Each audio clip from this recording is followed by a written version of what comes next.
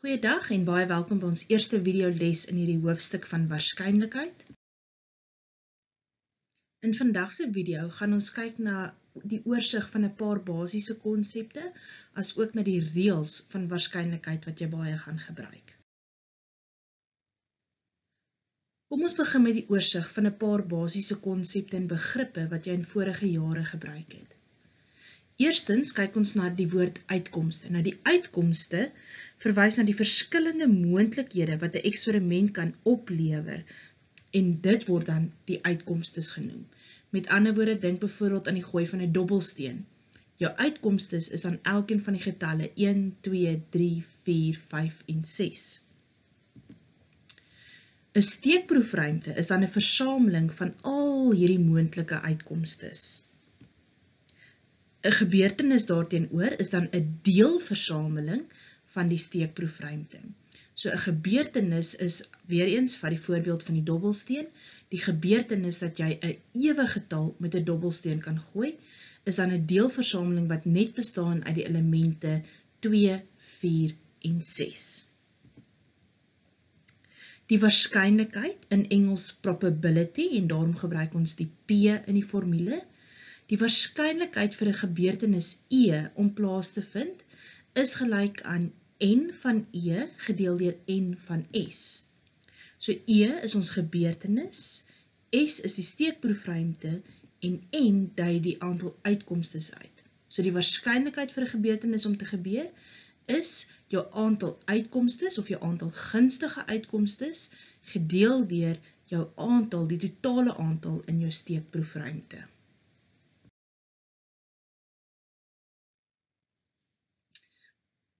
Waarskynlikheid kan op 'n waarskynlikheidsskaal voorgestel word. Nou hierdie skaal is altyd in die interval 0 tot en met 1.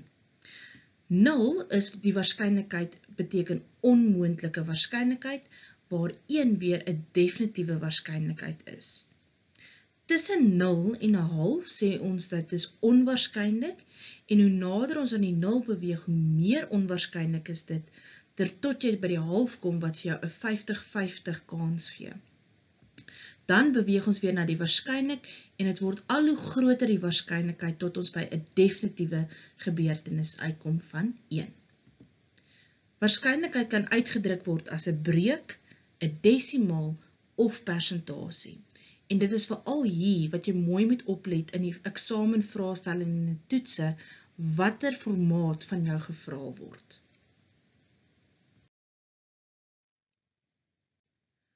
Ons praat ook van ewekansige gebeurtenisse of ewekansige eksperimente wat kan plaasvind, en die twee eenvoudige voorbeelde wat ons gebruik is eerstens die opskiet van 'n muntstuk. So dis 'n ewekansige geleentheid, 'n gelyke kans dat hy hetsy op die kop of op stert kan land. Die tweede voorbeeld wat baie gebruik word is die gooi van 'n dobbelsteen. So gooi van 'n dobbelsteen, dis ewekansig dat hy op enige een van die 6 kante kan land.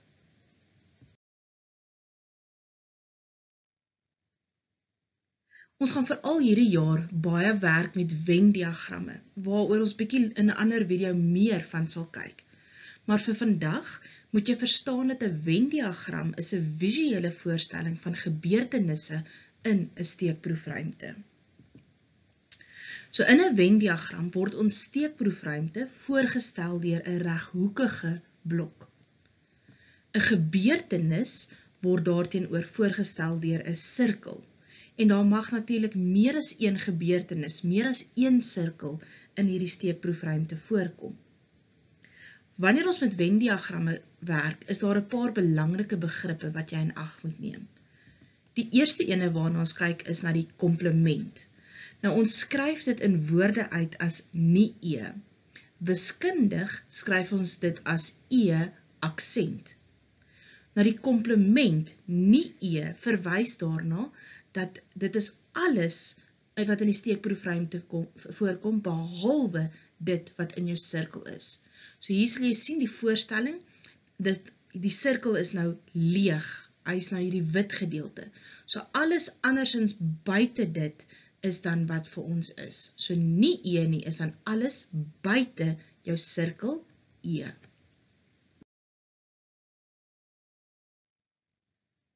'n volgende begrip gaan ons kyk na snyding. En hier gaan ons met twee gebeurtenisse werk, A en B. En dis ook hoe die snyding uitgedruk word as A en B, of wiskundig kan jy dan sien die simbool wat ons vir snyding gebruik. So in ons steekproefruimte het ons twee gebeurtenisse, A en B, en hierdie snyding waar hulle mekaar oorvleuel is dan die A en B gedeelte. So eenvoudig beteken dit, dis in hierdie gedeelte waar alle uitkomstes in A en B gelyktydig plaasvind. Die vereniging A of B van twee gebeurtenisse, let weer op die gebruik van die wiskundige simbole. Vir vereniging verwys dit na die alle uitkomstes wat in ten minste een van A en B voorkom. So hierso sien ons dat dit is beide sirkels wat ingekleur is, wat dan vir ons die vereniging aandui. Nou tot dusver is dit waarmee ons gewerk het, staan bekend as insluitende gebeurtenisse. So die een gebeurtenis bevat 'n gedeelte of kan selfs die volle ander gebeurtenis bevat. Vir onderling uitsluitende gebeurtenisse beteken dit hierdie gebeurtenisse het geen uitkomste in gemeen nie. So dit beteken grafies dat hierdie twee sirkels mekaar glad nie sal sny nie. 'n Sinonieme woord vir onderling uitsluitende gebeurtenisse word ook genoem disjunkte gebeurtenisse. Vir uitputtende gebeurtenisse beteken dit die gebeurtenisse vul die hele steekproefruimte.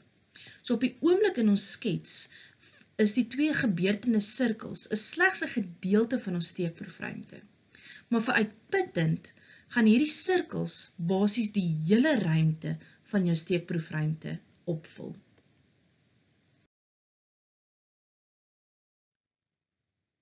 Nou daar is 'n paar belangrike reëls en formules wat jy in waarskynlikheid gebruik. Nou die eerste ene is ons gewone waarskynlikheidsformule wat jy alreeds van tevore in vorige jare gebruik het. Dis die waarskynlikheid van die gebeurtenis E is jou aantal gunstige uitkomstes gedeel deur jou totale moontlike uitkomstes in jou steekproefruimte. Ons gaan ook dan nou spesifiek kyk na die algemene of ook genoem die optellingsreël.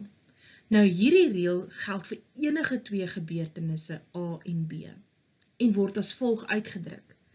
Die waarskynlikheid van A of B, so dink nou terug aan die visuele voorstelling wat ons nou alreeds gekyk het na, is gelyk aan die waarskynlikheid van A plus die waarskynlikheid van B minus die waarskynlikheid van A en B. So wiskundig met simbole kan dit as volg ook geskryf word. En is belangrik dat jy maar kennis dra van die simbole, want hulle kan in 'n eksamenvraestel enige een van die twee skryfwyses gebruik. Kom ons kyk net gou eers weer grafies na hierdie. A of B, moet jy nou onthou, verwys na alles wat in beide die sirkels gesamentlik is. Nou dit kan ons kry deur te sê, dis die waarskynlikheid van die een sirkel plus die waarskynlikheid van die ander sirkel.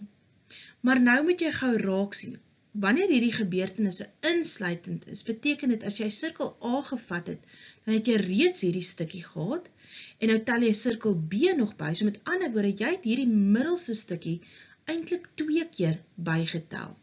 En daarom dat ons 1 keer daai snydingsgedeelte gaan aftrek, om seker te maak dat ons al die elemente reg bereken het.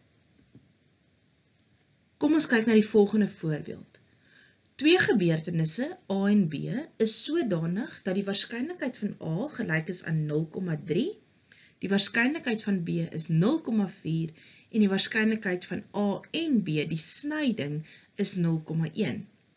Die vraag is dat jy die waarskynlikheid van A of B moet bereken. So, jy gebruik doodeenvoudig die formule en jy met behulp van substitusie wys hoe jy alles invervang en dan kan jy jou antwoord gaan kry, is dan in hierdie geval 0,6.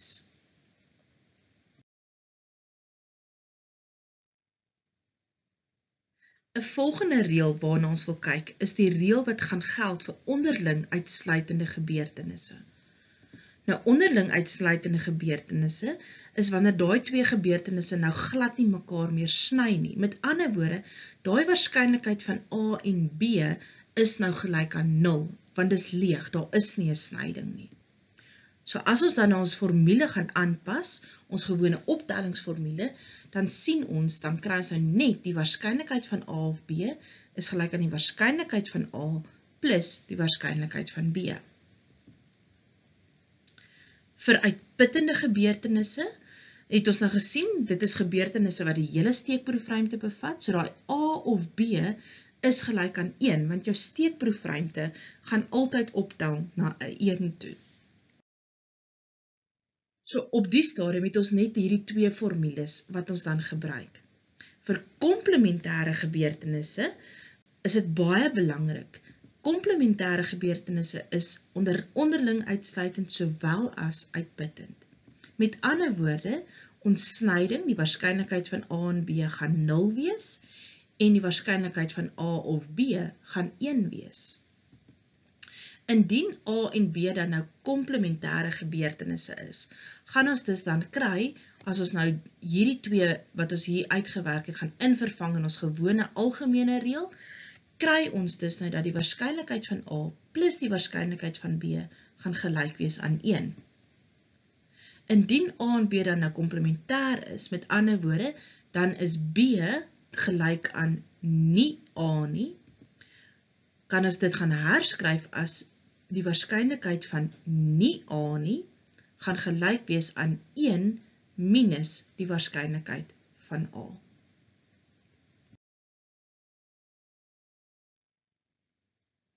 So dit gee nou vir jou die 3 formules, die 3 reëls, wat jy die meeste gaan gebruik in waarskynlikheid. Kom ons kyk na 'n paar voorbeelde. In hierdie voorbeeld word daar vir ons gegee 2 onderling uitsluitende gebeurtenisse A en B is sodanig dat die waarskynlikheid van A gelyk is aan 0,3 en die waarskynlikheid van nie B nie gelyk is aan 0,4. En hulle vra vir ons om die waarskynlikheid van A of B te bereken. So as jy nou dink aan die optellingsreël, vir die waarskynlikheid van A of B, het ons die waarskynlikheid van A nodig, wat vir ons gegee is. Ons het die waarskynlikheid van B nodig, wat ons nog nie het nie, en dan ook natuurlik die waarskynlikheid van A en B. So vir die oplossing, kom ons begin en ons gaan werk eerstens die waarskynlikheid van B uit. Nou die waarskynlikheid van B gaan gelyk wees aan 1 minus die waarskynlikheid van nie B nie. So, ons kry in hierdie geval na substitusie 'n antwoord van 0,6. Dit word verder vir ons gegee dat hierdie twee gebeurtenisse onderling uitsluitend is. Met ander woorde, die waarskynlikheid van A en B gaan gelyk wees aan 0. Nou het ons alles wat nodig is om ons formule te kan gebruik. So ons kry dat die waarskynlikheid van A of B gaan dus slegs wees die waarskynlikheid van A plus die waarskynlikheid van B wat ons uitgewerk het en dit gee dus vir ons 'n antwoord van 0,9. 'n Laaste voorbeeld, 2 uitputtende gebeurtenisse X en Y is sodanig dat waarskynlikheid van X gelyk is aan 0,9 en die waarskynlikheid van X en Y gelyk is aan 0,7. En daar word vir ons gevra om die waarskynlikheid van Y te bereken. So, onthou, vir uitputtende gebeurtenisse moet hulle onderling uitsluitend wees, sowel as uitputtend. So vir die uitputtend weet ons dat X of Y se waarskynlikheid gelyk is aan 1.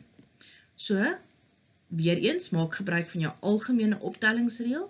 Die waarskynlikheid van X of Y is gelyk aan die waarskynlikheid van X plus die waarskynlikheid van Y minus die waarskynlikheid van X en Y. Wys jou stap van substitusie, hoe jy alles wat jy reeds het invervang, en dan doen jy nou eenvoudige algebra om die waarskynlikheid van Y alleen te kry en te bereken. So ons kry dan dat ons finale antwoord in hierdie geval 'n waarskynlikheid gaan wees van 0,8.